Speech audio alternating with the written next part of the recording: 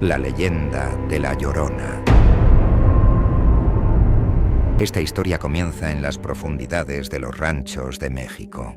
Mateo era un hombre de rutinas inquebrantables y lealtades profundas, conocido en su comunidad por la honestidad de sus tratos y la firmeza de su carácter.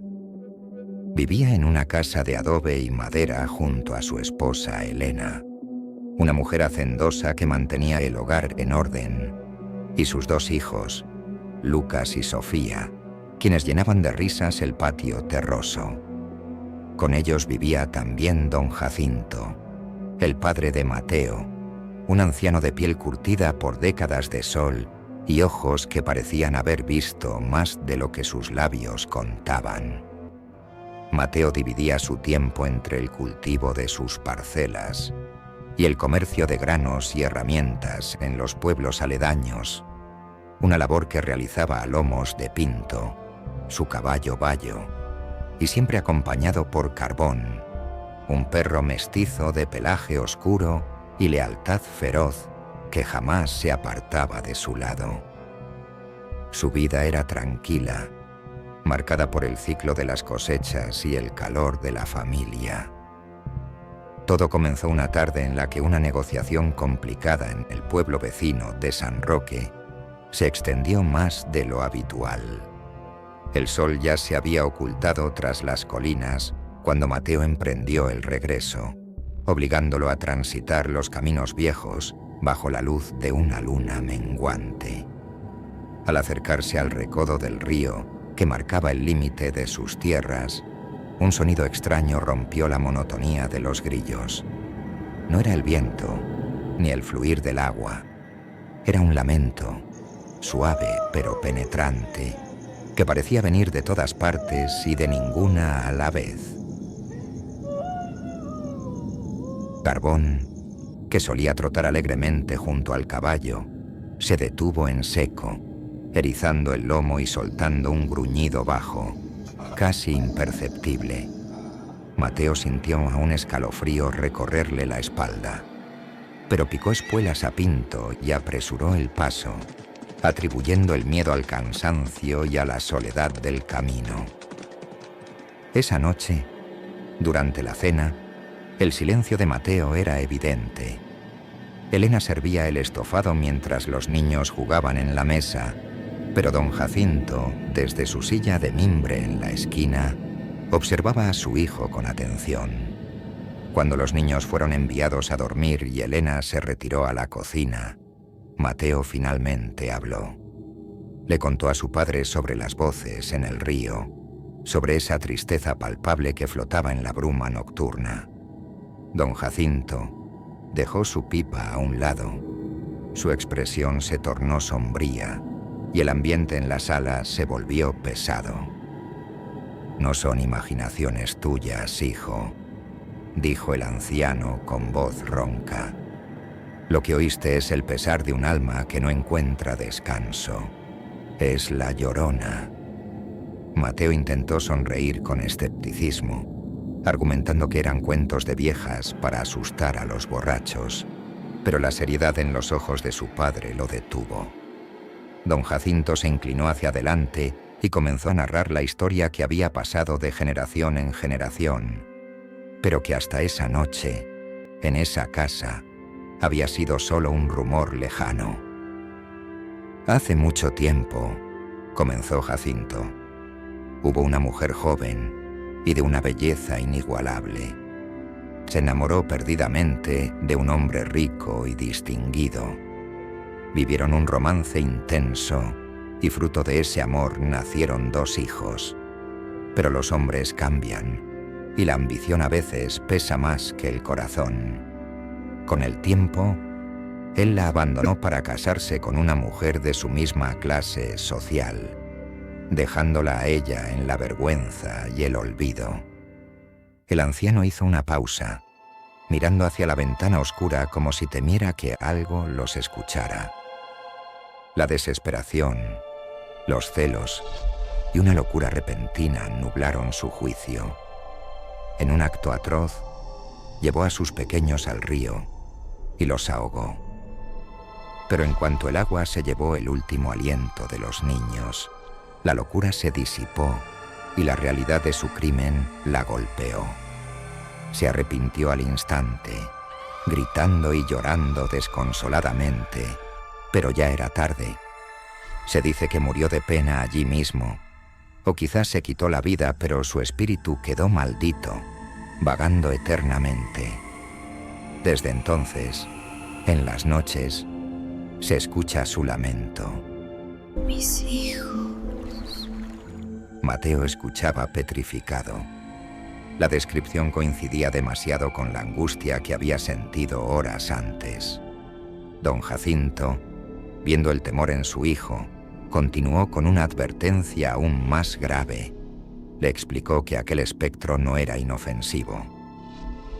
Si se encuentra con niños, su mente torturada los confunde con los suyos y se los intenta llevar para siempre, dijo Jacinto apretando el puño. Y a los hombres los aborrece. Los odia porque en cada uno de nosotros ve al traidor que la abandonó. Busca hacernos sufrir por lo que perdió. ¿Qué debo hacer si la veo?, preguntó Mateo, sintiendo la boca seca. Escúchame bien, respondió el anciano con severidad. Si se te aparece, no corras, porque ella flota más rápido que cualquier caballo.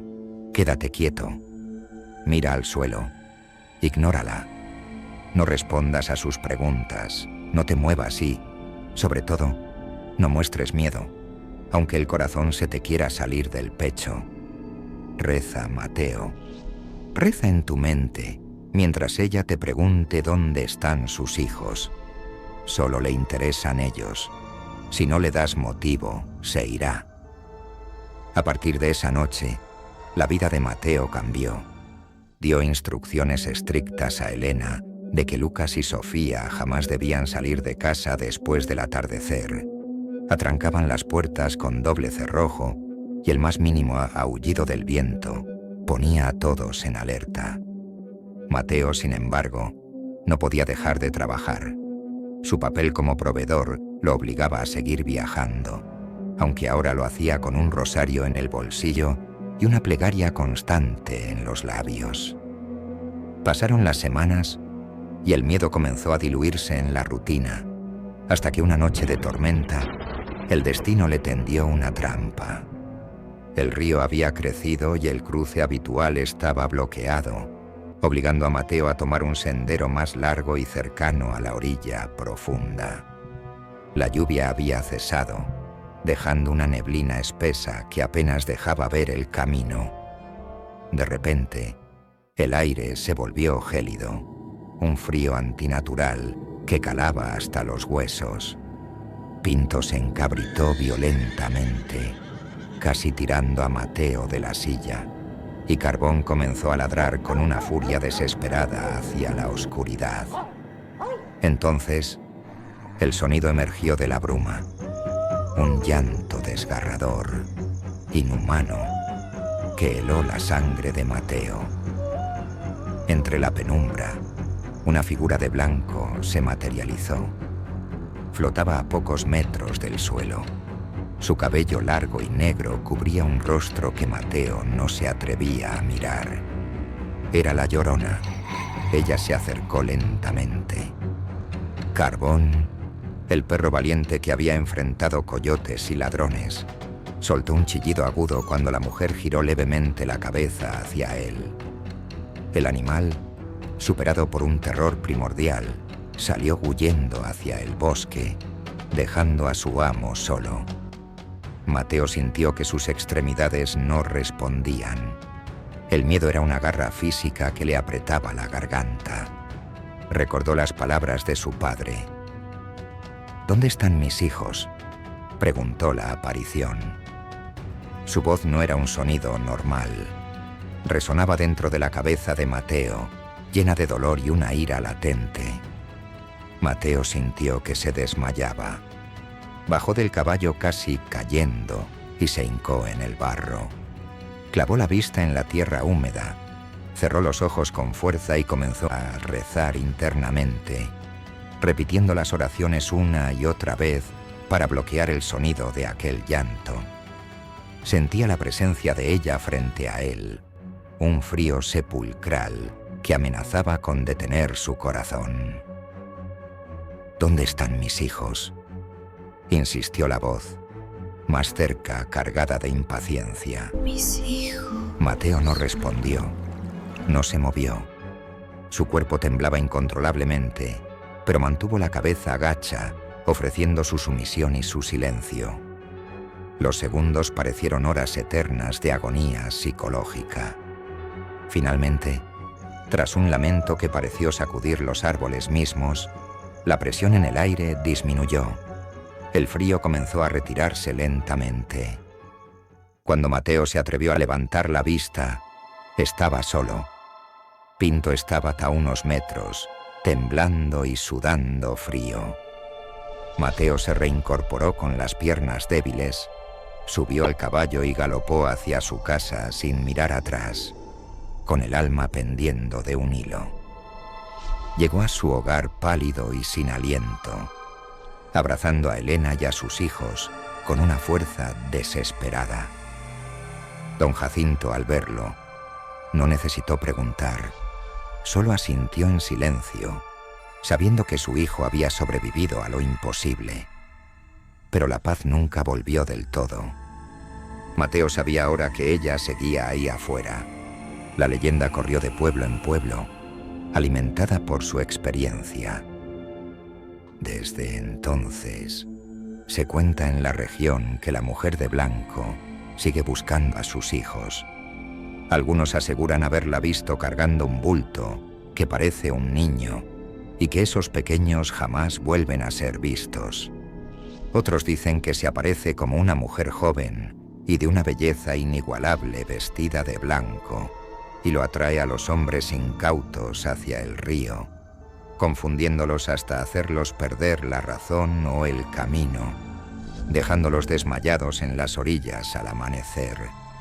Y se dice que aquellos que, por valentía o estupidez, intentan seguirla o faltarle al respeto, sufren desgracias inexplicables, porque la Llorona no castiga por maldad pura, sino por un sufrimiento eterno que busca compartir con quien se cruce en su camino.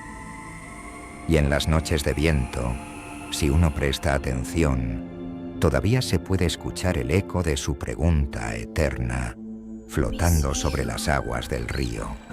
¿Dónde están mis hijos? Si quieres ver más contenido como este, suscríbete y activa la campanita de notificaciones. No te pierdas el próximo video.